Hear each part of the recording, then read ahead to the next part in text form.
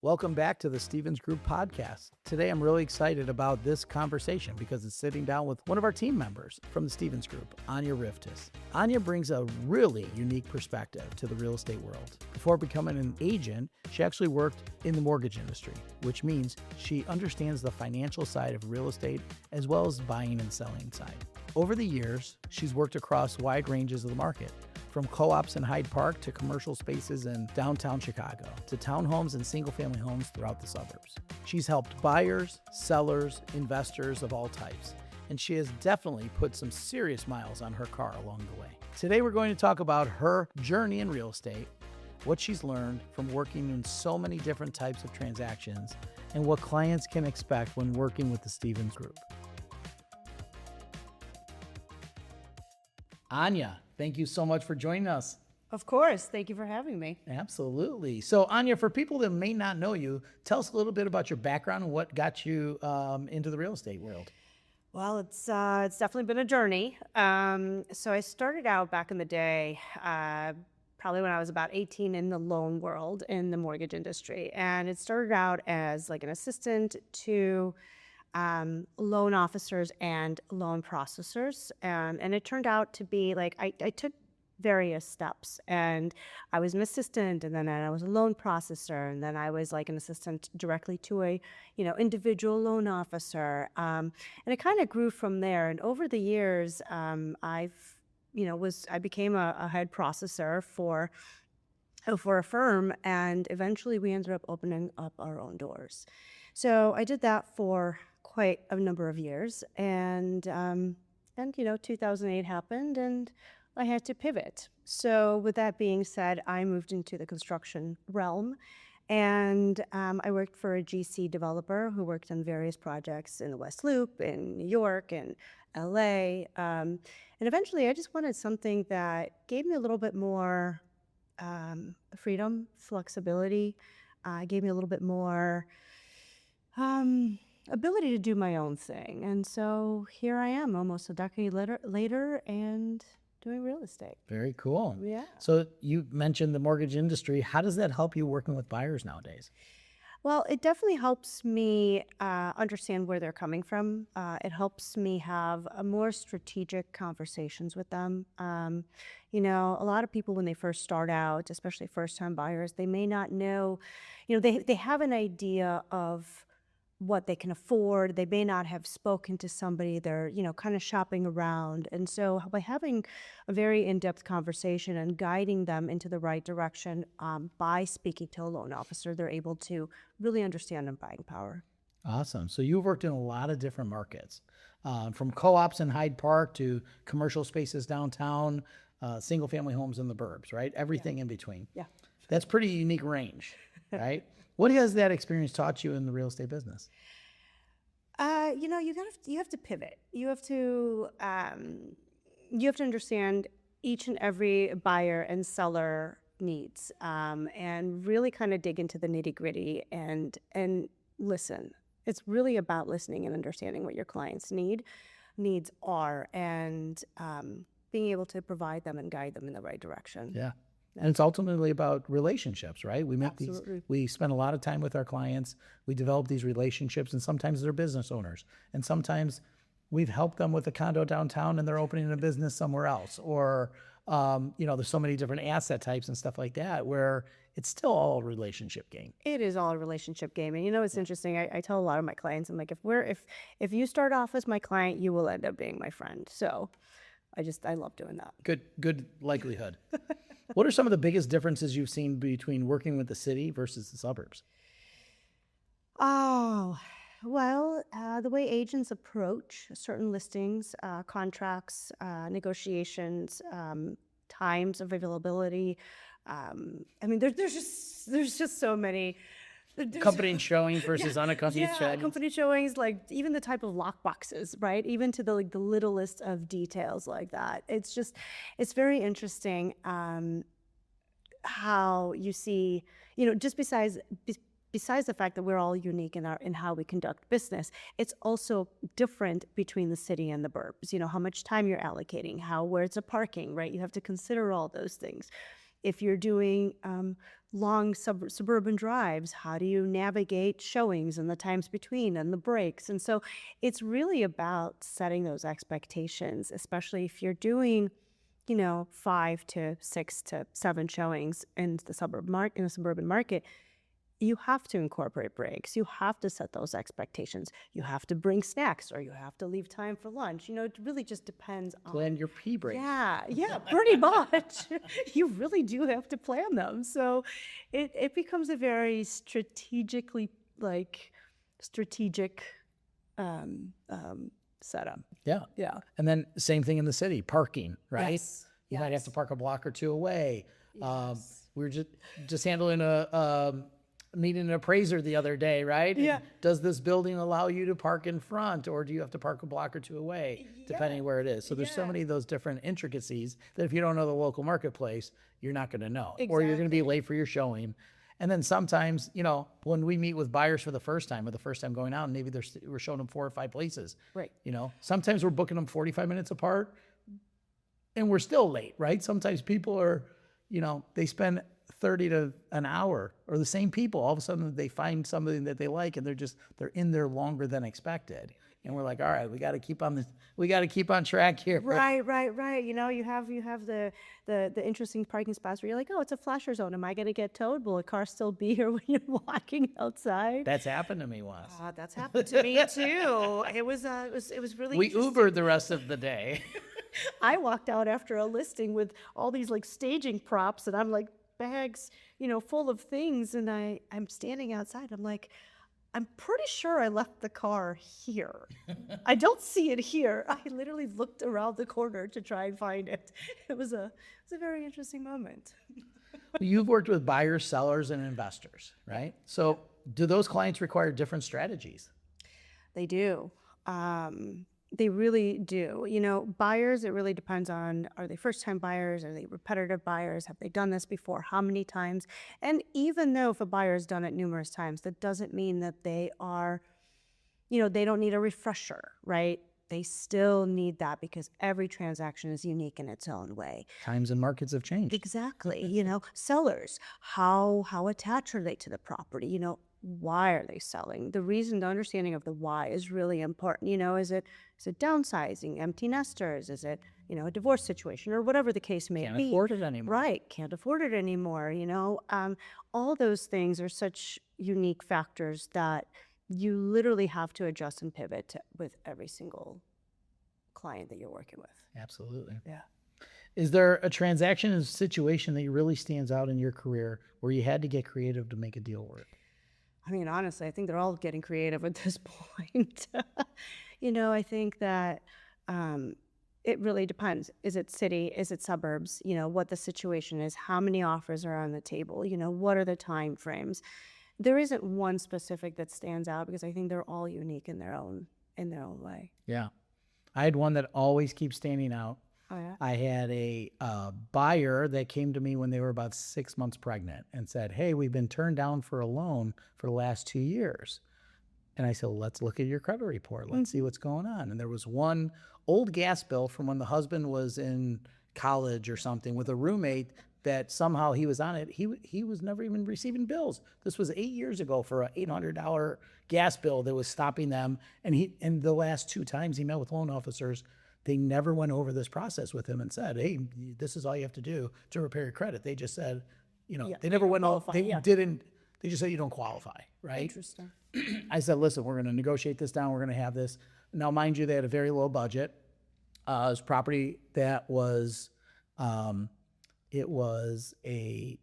wasn't going to pass an FHA inspection, but they had to go with an FHA loan. And it was a bank-owned property. They had mold in the basement, all this stuff. But I had done a lot of previous deals with this other agent on the other side deal.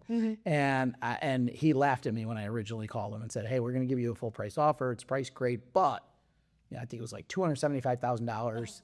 And I'm like, but, and he's like, dude, I saw it. This isn't going to, happen. I go, how many deals have we closed together, right? I promise you it'll close.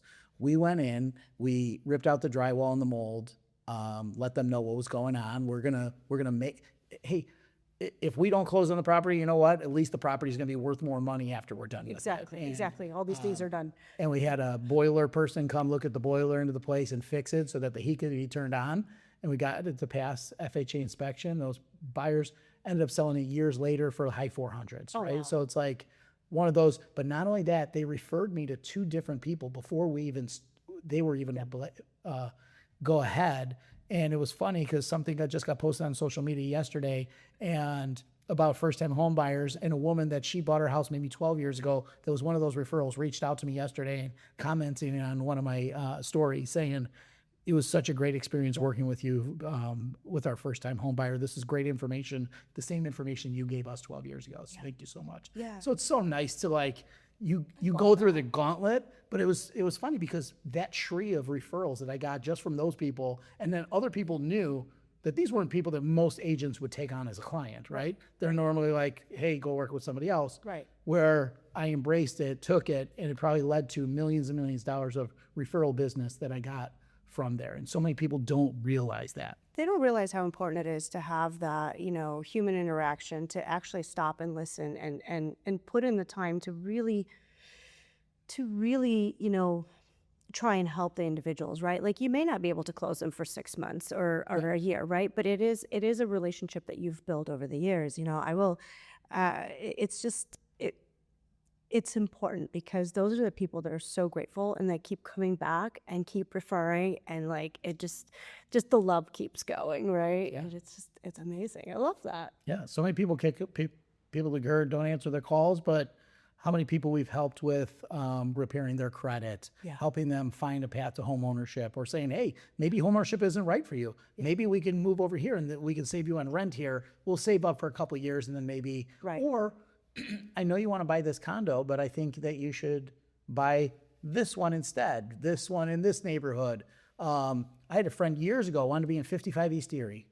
And his budget was $1 million, and I said, hey, I found you this other one in Fulton Market before it was Fulton Market for like $640, and that place increased, and the property of $550 probably would have decreased if he would have bought it there. Yeah. Right? So it's just It's educating people throughout the process. absolutely. Education is huge. I can't agree more with you. So Anya, when you start working with a new buyer, what are the first things that you want to understand about them? Well, I'd really love to always understand what makes people tick, like what they love, what they don't, and how they envision their life, right? Like what's important to them. Is it proximity to a certain store or gym or CTA line, or, being in the city, or, if they're in the suburbs, what highways and so on. Like what are their family needs? What are their family goals? I think it's really important to understand what's important for them, and actually give them, like every person and every client and every family that I work with, I always tell them, I said, your homework is this: you have to do at least 5 must-haves, 5 maybes, and then the rest, if they come along, fantastic, like your perks. And they start thinking about it, especially if it's a couple. It's so interesting how the husband and the wife, or the girlfriend and the boyfriend, whatever, they have different visions. And it's amazing. So when you start asking these kind of questions, like, okay, kitchen, let's talk about the kitchen, right? Do you want an open? Do you want an island? Does it have to have a certain... Do you cook? Do you even cook? Do you care if it's gas or electric? Or if we're looking in the city, it's most likely going to be, it's a mixed bag, but you set those expectations based on what they want. Do you entertain? Do you need a dining room table, right? Like little things like that. How big is your bed? Is it a queen? Is it a king? Do you sleep on a blow-up air mattress on the floor? Like, what do you, what's important to you? And I think it's really important to understand that. And based on that, you kind of start deducting, like when you're looking at property, you're hearing how they're describing certain things, and you start to like really get down to the nitty-gritty and get them what they really like. Absolutely. Yeah. What do you think separates a good real estate agent from a great one? Well, I definitely think it's communication. I think it's setting expectations. I think it's really just being transparent, educating your clients. It all comes down to expectations and education. And so there's no there's no surprises down the road. It's not like, oh, we didn't know about this. No, everything's gone over, numerous times. We repeat things, right? Having that repetitive conversation and instilling those thoughts, I think is really important. And that clarity and that transparency, I think, is huge as well. It's key. Yeah. It's key. Real estate can be very emotional, so especially for sellers. How do we help clients navigate those really big decisions? Well, it goes back to the previous question. You go over all the details, you go over all the scenarios, you go over expectations. What are their expectations? What's the market expectations? What's happening in the market, right? If you explain all those things to the sellers and you put them in a position of knowledge, they can make a better decision for themselves, and they feel a little bit calmer and at ease when making that decision. Yeah. I think that's huge. So you've definitely put some miles on your car over the years. What keeps you motivated in this business when you're driving and grinding and dealing with traffic and all those types of things? Well, end goal motivation is being, is thinking of like, okay, I'm going to take this trip and I'm going to jump on this plane and I'm just going to take off and enjoy, right? Experience, explore. But also, having the ability of downtime in the car is making the calls, is catching up with friends, catching up with family, right? Those are like little things, but they add up over the course of a week, of a month, of 3 months, right? Yeah. And so it's just having that ability to say, you know what, today's going to be a quieter day, but tomorrow I'm going to kill it. Yeah. Awesome. So you've been part of the Stevens Group for a while now. Yes. So from your perspective, what makes our team different and typically real than the typical real estate experience? Well, I mean, we're just awesome. So there's no comparison. I think, what makes us unique is all of our experiences. You've been in the industry for about 20 years, right? So as a team lead, there's a lot of knowledge that you're instilling in us if we need it. All of us, like I've been in the industry for almost a decade. Everybody else in the team is about 5 to 10 years as well. So we're seasoned agents, right? So the beauty of it is that not only do we have different levels of experience, but also different niches that we work in, right? Yeah. So it's really great when if I may not know something, or somebody else may not know somebody, we are able to bounce ideas off each other. Help each other with showings. There's always somebody available to help our clients. Yeah. Our clients are never left alone. We've got a multi-unit specialist, we've got a developer, we've got a downtown luxury condo specialist, and everyone, suburban agents and city agents and everything. So, we bring that up because we all bring different things to the table, right? Not only that, just service areas coverage, right? Yeah. I wanted to create a team where everyone can benefit from one another, but also refer deals to one another. Absolutely. We just had one call the other day. It was like, my mom's going to sell her downtown condo. I'm like, don't worry, Anya will help you with showings. Don't worry. We've got coverage because I know you're not going to want to drive down there. So it's fun to have that. It is. And the other thing is we also have multi-languages in our group, right? We have Russian, we have Spanish, and I don't know if we have anything else, but we definitely have the three. We're looking for more. We're looking for more, but we definitely have those three covered: the English, the Spanish, and the Russian. Exactly. How do you think being part of a team helps you service your clients better? Well, it's the ability to, again, depends on what their needs are, depends on their location. If they're in the suburbs and I can't make a showing, somebody who's working in the suburbs can, right? So it's having the ability to always be there for your clients no matter what. Yeah. And also having great coverage, right? Knowing that you could trust the other person that's going to be covering for you. You want to hop on a jet and have a vacation. Oh, I definitely want to jump on a jet. It's so funny for years in the past where my clients would expect me to be there. It's like, well, I work 7 days a week, 365, but I can't do that for 20 years straight. Right. I grinded in my 20s and 30s. Yeah. I'm a little older now. I kind of want to go on spring break with my kids and stuff like that. And you always had this fear of losing out on a deal. Right. And that shouldn't be the case, right? No, and nobody should have those expectations of of someone. Well, Right. absolutely. And like even when I was an independent broker, before I joined the Stevens Group, I every time I would go out of town, I had to find coverage. And I'd have to, see who's available and set them the whole setup and be like, okay, I'll pay you X or help me with this and I'll help you with that. It was just way too much. It was just too much effort where it didn't need to go. Yeah. So now it's just easy. We have our group, we have our team, we have each other's back, and that's so important. Absolutely. What kind of resources or systems do you feel really help our clients succeed? Well, I think setting them up within our systems. We are implementing a new system that we're going to talk about a little bit later. But it is a system that helps our current clients, our past clients. It's a client engagement, right? So that helps our clients engage with us and show us, if we if we send them something, they can engage. They can say, what about this and what about that? We could send them forms, we could resources. So everything that we have at our fingertips, it helps our clients. Yeah. For someone considering working with the Stevens Group, what can you expect from that experience? Awesomeness. Yeah. But seriously, that we take it seriously. We take care of our clients seriously. We mentor. We make sure we're always available. Well, as much as possible, right? We all have a life and needs of our own, but we are always there for our clients, and they come first. Yeah.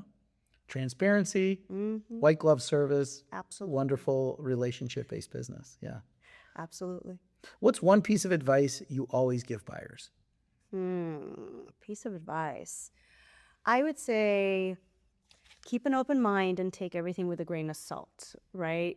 Because when they first start doing showings and start doing tours, they walk in and they're like, they don't understand when we look at a listing, we see room sizes, we see how it's laid out. We can envision it because we see it all the time, right? It's repetitive for us.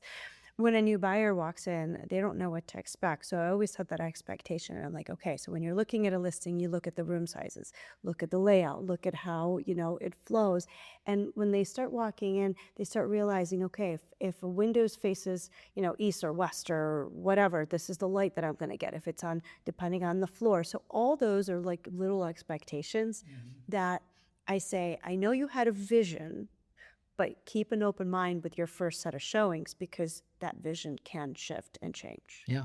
What's the biggest misconception about realtors and the real estate industry? That all we do is open doors and party and pretty much don't do anything. Well, that's not the case, right? Like there's so much back end work that we do, all the calls and emails and texts and the questions that we ask and the searches that we do and the numbers that we run on, market analysis and planning out how to drive and when to take those P breaks, right? Like all of those Closing cost credits. Closing cost all these different credits, things that come into play. right? How to negotiate the best deals for for the contract to win if there's multiple bids. So there's just so many things that people don't realize that there's a lot of back end that goes into it. And then they think the deal's over once we go under contract. Right. Contract to close. So many times you hear about deals falling apart right now. Yeah. Our deals don't fall apart. No. Right? No. Very rarely do we have somebody back out. And it's because we educated them throughout the process and we set their expectations correctly, but we also educated them throughout contract to close and being involved, right? So many of these agents hand it off to somebody else or they just don't pick up the phone after it's under contract. Absolutely. And they're not involved in negotiating inspection items. They're not there for the appraisal. They're not there for all of these other things. Important milestones of the transaction from contract to close. Right. And that's where I think so many deals are falling apart these days. Absolutely. Especially with big teams. Absolutely. And what's interesting is that, yes, if, for instance, if during attorney review, you let the attorneys handle it. But if you're seeing something that isn't working well or isn't, going in the flow that it should be, you pick up the phone and you take care of it. Yeah. And yeah, you're right. A lot of agents don't. It's kind of sad. Yeah. So after seeing so many homes over the years, what's something that immediately makes you say, this house is going to sell fast? Well, location, area, location is always key, right? Location, price point, how pictures look, how it's staged, if it's staged or if it's, just naturally a pretty home or, or has a unique feature. So I think it really just depends on the area to start with, and then it goes from there. Yeah. Location, price, condition. Yeah, absolutely. Absolutely.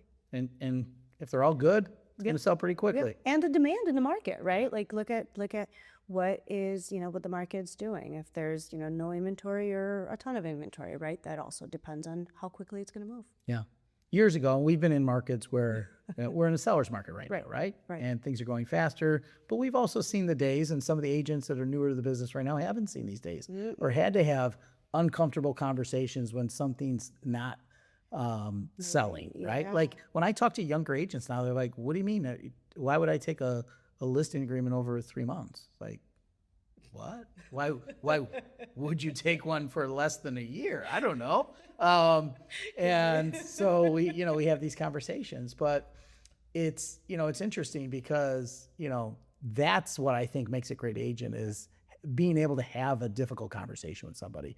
And there's so many agents that haven't had to have those, right? Like right now, the market's pretty hot, but if you're in River North and you're in the South Loop or you're in certain areas that might not be selling as quickly. Right. And now we're seeing properties that might be 3 months, 4 months on the market, taking a little bit longer. Partially that's maybe because sellers, they saw the most recent comp and they want to add 10% to that. And then, properties can't always go up 10% year over year or middle of the year. Correct. And so those expectations got a little bit out of line. But I heard a saying years ago, and somebody said, price cures all, right? And I was like, property's not selling?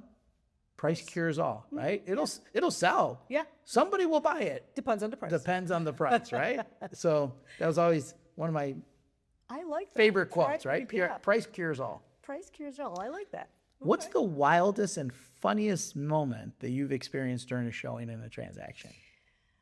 Well, this one particular, this was many, many years ago. I think I was only a couple years into the business. And in the listing, it said that the garage had a speaker system, a built-in speaker system. So we're like, okay, we walk out, we're, touring the home, and we walk out in the backyard towards the garage, and it was a detached garage.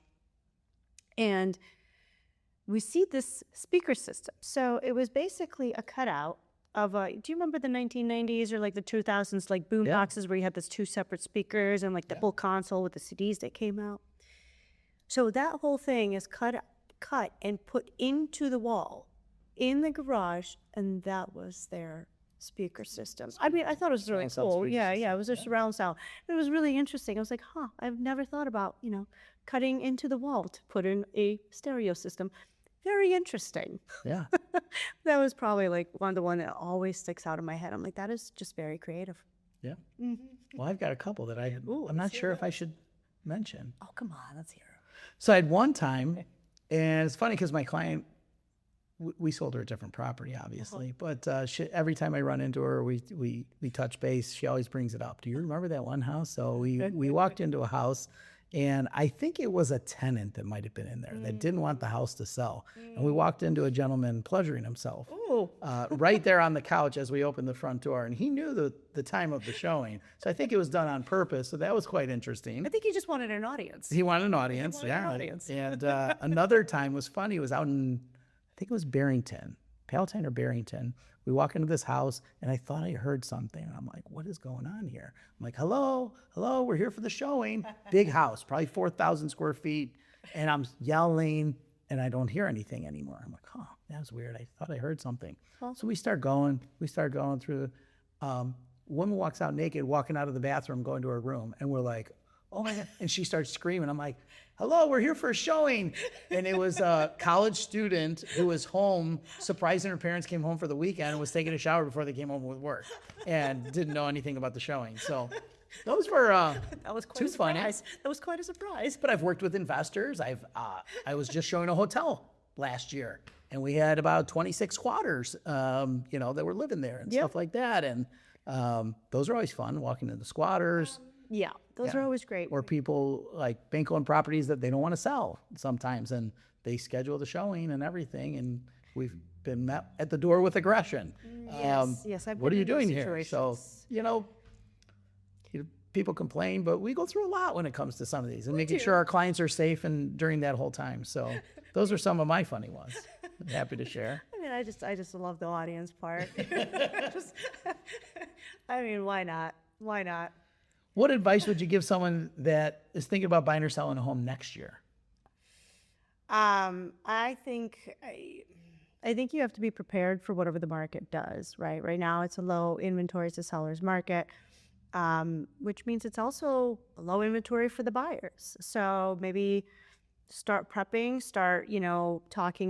talking with your lenders, talking about, what it is that you're looking for, setting those expectations for yourself. And really kind of planning out where you want to be and what that looks like for you. If you don't find something that you love and you have to sell your home, where are you going to go for a temporary time, right? Like, I think that's really important. Are you okay moving, twice instead of selling and buying, or putting stuff in storage, getting a temporary rental. Exactly. Moving in with family if you have to. Yeah. Selling and moving in with your in-laws. Exactly. So the right home hits the market, right? If someone's listening and wants to connect with you, where's the best way for them to reach you? Well, they can reach me on Insta, which is at Anya, Anya Riftis, Rivtis. They could also give me a call on our website. My phone number's on there. Email, all that information's on our website. Awesome. Anya, thank you very much for joining us today. Thank you. Always a pleasure. Thank you. Never a chore. Anya, this has been great conversation. I really appreciate you sharing your experience and your thoughts. What I love about conversations like this is that it really highlights the depth and knowledge and experience that we have within the Stevens Group. Real estate isn't a one-size-fits-all business. Every client, every property, and every transaction is different. Having agents like Anya on our team who bring not only experience, but also a real commitment to helping clients navigate those decisions makes a huge difference. If you're listening and thinking about buying, selling, or investing in real estate, and you'd like to connect with Anya or learn more about the Stevens Group, we'd be happy to help. Thanks again for listening, and we'll see you on the next episode.